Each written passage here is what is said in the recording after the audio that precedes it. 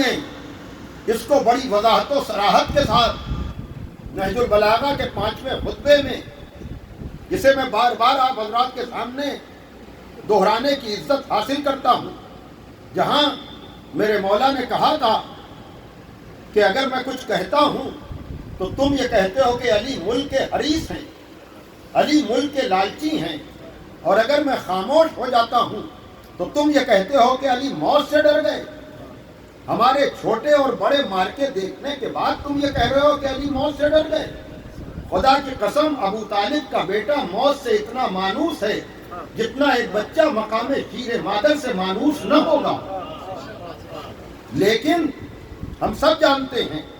قیادت، رہبری، آگے بڑھ کر کے کسی مشن کو لیڈ کرنا، اس میں نادان لوگ، ناسمجھ لوگ الزامات لگاتے ہیں کہ انہیں قیادت کا شوق ہے، انہیں لیڈری کا شوق ہے، لیکن میرے مولا نے اپنی زندگی کو سامنے رکھ کر بتایا ہے کہ اگر تم پر الزام لگیں تو اس میں تمہیں گھبرانے کی ضرورت نہیں ہے۔ جب الزام لگانے والوں نے مجھ جیسے ذات پر الزام لگایا تو مولا علی نے پیغام دیا کہ اٹھنا اور کھڑے ہونا تب بھی رضائے رب کے لیے،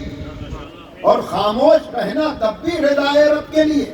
توجہ فرمائیے گا، اس لیے کہ جن لوگوں نے اللہ کو دیکھا نہیں ہے، دین اور شریعت کو سمجھتے نہیں ہیں، ہمیشہ وہ دینداروں پر اسی طرح کے الزامات لگاتے ہیں،